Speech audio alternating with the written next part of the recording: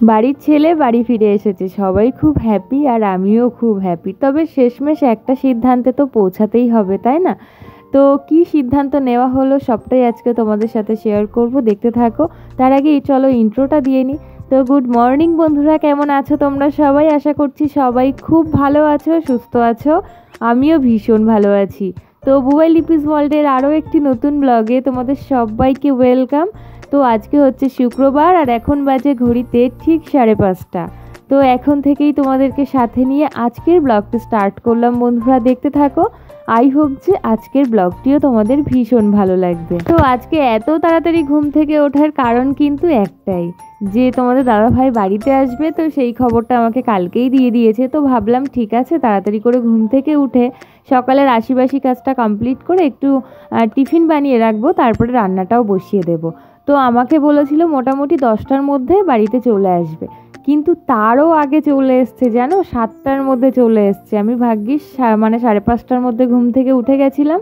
তো সমস্ত আশিপাশি কাজ কমপ্লিট হয়ে গেছিলো। তারপরে বেড কভার ছিল, সেইগুলো কাচা ধোয়া করে মেলে দিয়েছি। স্নান ধুতি করে আমি যখন বেরিয়েছি জাস্ট তখনই চলে এসছে বাড়িতে। তখন দেখি ঘড়িতে বাজে 7টা মতো। তো অনেকটা সকালে চলে এসছে। আমি যদি তাড়াতাড়ি করে না উঠতাম তাহলে আশিবাসি কাজটা হয়তো কমপ্লিট হতো না, তার মধ্যেই হয়তো টিফিন বানাতে চলে যেতে হতো। তো সেই কারণে একটু তাড়াতাড়ি উঠেছি আজকে। তো দেখো এদিকে 3খানা বেড কভার একসাথেই ধুয়ে দিচ্ছি। একা আমি বাড়িতে ছিলাম, তবুও 4খানা বেড কভার আমার ব্যবহার করতে হয়েছে। কেন বলো তো?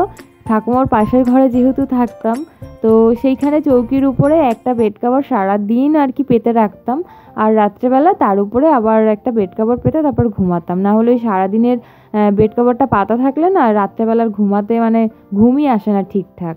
তো পরে একটা নতুন বেড কভার পেতে নিলে, একটা পরিষ্কার ধোয়া কাচা বেড কভার উপরে পেতে নিয়ে রাত্রেবেলা ঘুমালে বেশ ঘুমটা ভালো হয়, ফ্রেশ হয়। আর একটা বেড কভার গায়ে দেওয়ার জন্য ব্যবহার করেছিলাম। তো মোটামুটি ঠাকুমার ঘরে এই 3টে বেড কভার ব্যবহার করা হয়েছে কয়েকদিন যাবৎ। তো 3টে বেড কভারই একসাথে ধুয়ে দিলাম। আর এখনও তো আমার ঘরের জামা কাপড়গুলো রয়েইছে, সেগুলো তো কাচা ধোয়া এখনও বাকি। তবে আমার ঘরেও যে একটা বিছানা চাদর আছে সেটাও আর কি কাচতে হবে। তো আজকেই কেচে ধুয়ে মেলে দিয়েছিলাম। তো সেই বিকালের ভিডিও ক্লিপগুলো আর তোলা হয়নি, তো সে কারণে এই সকালের কাচা ধোয়াটুকুই শেয়ার করতে পারলাম।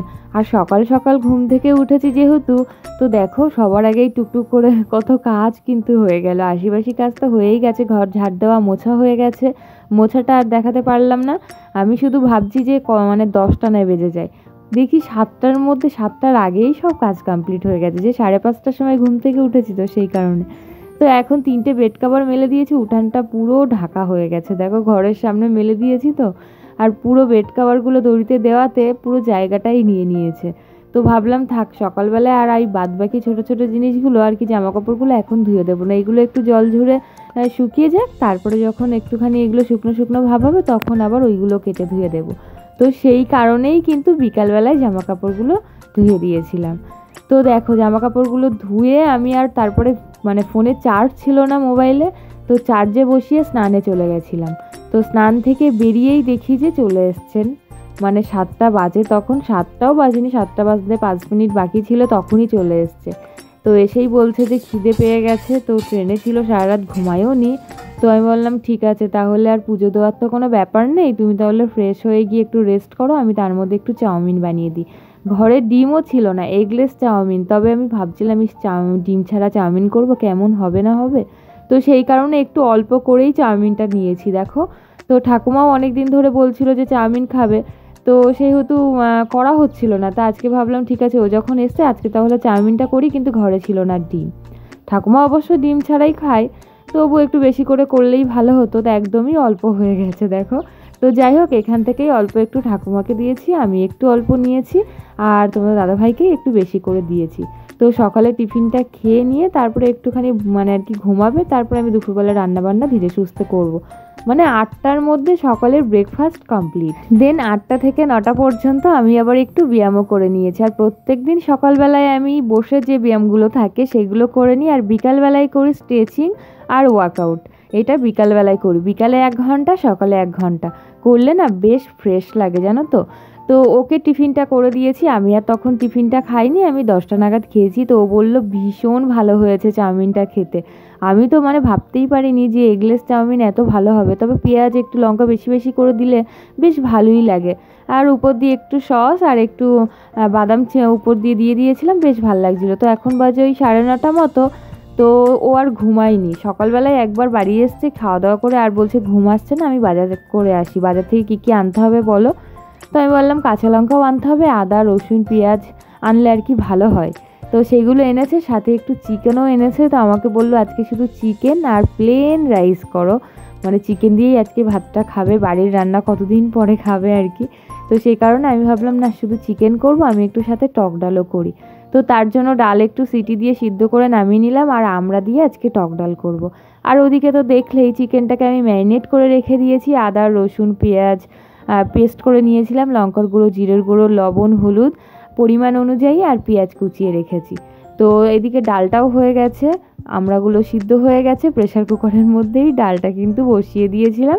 তো এখানেই ডালটা ভালো করে ফুটিয়ে নামিয়ে নিচ্ছি, নামানোর আগে একটু চিনিও অ্যাড করে দিয়েছি। তো এই হচ্ছে ব্যাপার। চলো ডালটাও তো মোটামুটি রেডি হয়ে গেছে। আমড়ার ডাল কিন্তু বেশ ভালো লাগে আমার, টমেটো দিয়ে তেঁতুলের ডালটাও বেশ ভালো লাগে, আবার আমড়ার ডালটাও বেশ ভালো লাগে। তো তোমরা কারা কারা খাও অবশ্যই কিন্তু আমাকে কমেন্ট করে জানিও। তো তারপরে দেখো চিকেনটাও বেশ ভালো করে কষা কষা করেই আজকে রান্নাটা করব। তো তার জন্য কষা কষা বেশ হয়ে গেছে, তারপরে সামান্য একটু জল দিয়েছিলাম, জানো তো আজকে চিকেনটা জাস্ট অসাধারণ হয়েছিল, মানে একদমই কষা কষা, বেশি ঝোল রাখিনি। কেন বলো তো, প্রত্যেকবার আমি চিকেন রান্না করি বেশি বেশি করে ঝোল রাখি, লাস্টে গিয়ে দেখি আলুও খাওয়া হয়ে গেছে, চিকেনও নেই, আর ঝোলগুলো পড়ে আছে। আর এত মশলা দিয়ে রান্না করার পর না সত্যি খুব গায়ে লাগে ফেলতে ঝোলগুলো। তো যাই হোক, ওই জন্য একদমই কষা কষা করেছি, সেই কারণে একটুও নষ্ট হয়নি। তো ফাইনালি চিকেন রান্না কমপ্লিট। তো এখন ওভেনটা ভালো করে পরিষ্কার করে নিচ্ছি। তো রান্না করতে করতেই অলরেডি আমার কিছুটা পরিষ্কার ছিল। তো তারপরে আবার চিকেনটা নামানোর পর আবারও একটু পরিষ্কার করে নিয়ে ভাতটা বসিয়ে দিয়েছি, দিয়ে আবারও একটুখানি গায়ে জল ঢেলে বেরিয়েছি। তখন দেখি ভাতটাও হয়ে গেছে, তোমার দাদাভাইও চলে এসছে। তো ভাত বেড়ে সোজা ডিরেক্ট খেতে বসে পড়েছি দুজনে মিলেই। আর ও দেখছো মানে চিকেন দিয়েই খাবে আজকে বলেছে, তো চিকেন দিয়েই খাচ্ছে, একদমই ডাল নেয়নি পাতে। তো আমি আবার একটু ডাল দিয়ে খাচ্ছি, আমার আমড়ার ডাল যে বললাম ভীষণ ভালো লাগে। তবে আজকে আমার খাওয়া তোমাদের সাথে একটু শেয়ার করছি। তো অনেকেই হয়তো দেখে ভাববে ই বাবা আমি তো এইভাবেই ভাত খাই, তাহলে নিশ্চয়ই আমার ভাত খাওয়া দেখেই ও এমনভাবে ভাত খাচ্ছে। তো এটা বলার কারণও আছে, জানো তো কিছু কিছু জিনিস দেখে মানুষ এমনভাবে কমেন্ট করে যে সেটা দেখে শুধু হাসি ছাড়া আর কিছুই হয় না। যতই তুমি নেগেটিভিটি দূর করো না কেন মন থেকে, এই বলে যতই তুমি চিৎকার করে করে বলো না কেন, তবুও যে তুমি পরিপূর্ণ একটি নেগেটিভ মানুষের চরিত্র ক্যারি করো, এটা তোমার কিছু কিছু কমেন্টস দেখলেই বোঝা যায়। তো কিছু কিছু মানুষ আছে যাদেরকে না সত্যি মাঝে মধ্যে কিছু না বলেও পারা যায় না। তো সেটাই আর কি তোমাদের সাথে একটু শেয়ার করলাম। তো তারপরে দেখো দেন সন্ধ্যাবেলায় আমি কিন্তু চলে এসেছি টিফিন বানানোর জন্য। স্পেশাল খাওয়া দাওয়া হচ্ছে আজকে সারাদিন। দেখো একটু ফুচকা ভেজে নিচ্ছি, আর আলু মানে আলু মাখাটা আর হচ্ছে টক জলটা কিনে নিয়ে আসবো। আর এই ফুচকাগুলো কিনে নিয়ে এসেছিলাম। তো দেখো কি সুন্দর টপা টপা করে ফুলে উঠছে, বেশ ভালো লাগছে কিন্তু। আর হ্যাঁ বন্ধুরা, তোমাদের সাথে না কালকে একটা আইস ফেসিয়াল শেয়ার করব। অবশ্যই কিন্তু তোমরা সবাই দেখো, কেননা এখন কিন্তু সেলিব্রিটিরাও আইস ফেসিয়াল করে ভীষণ গ্লাসি স্কিন ক্যারি করছে কোরিয়ানদের মতন ঠিক। তো কিভাবে করব সবটাই তোমাদের সাথে শেয়ার করব, তার জন্য কিন্তু আমার নেক্সট ব্লগটি দেখতে হবে। তো এদিকে দেখো সন্ধ্যাবেলার টিফিন ফুচকা টক জল আলু মাখা, জাস্ট ওয়াও। চলো এখন ঠাকুমাকে দিয়ে আসি, আর ঠাকুমার মুখের হাসিটা একটু চটপট দেখে নাও, কত সুন্দর হাসি, একদম ফ্রেশ হাসি। তো ভীষণই ভালো লাগছে। তো চলো সন্ধ্যাবেলার টিফিনটা করে এখানেই ভিডিওটি এন্ড করছি। তো কেমন লাগলো আজকে সারাদিনের ব্লগটি অবশ্যই কিন্তু জানাবে একটি কমেন্টে, আর যদি ভালো লাগে পুরো ভিডিওটি একটি লাইক করে দেবে। আর কি সিদ্ধান্ত নিলাম সেটা অবশ্যই নেক্সট ব্লগে বলবো, হয়তো চলে যেতেও পারি বা এখানেও থাকতে পারি, সেই সিদ্ধান্তের কথাই তোমাদেরকে বলছিলাম। তো যাই হোক চলো আজকের মতো ব্লগটি এখানেই শেষ করছি, দেখা হবে নেক্সট ব্লগে। ততক্ষণ কিন্তু ভালো থাকবে সবাই, চলো বাই, টাটা।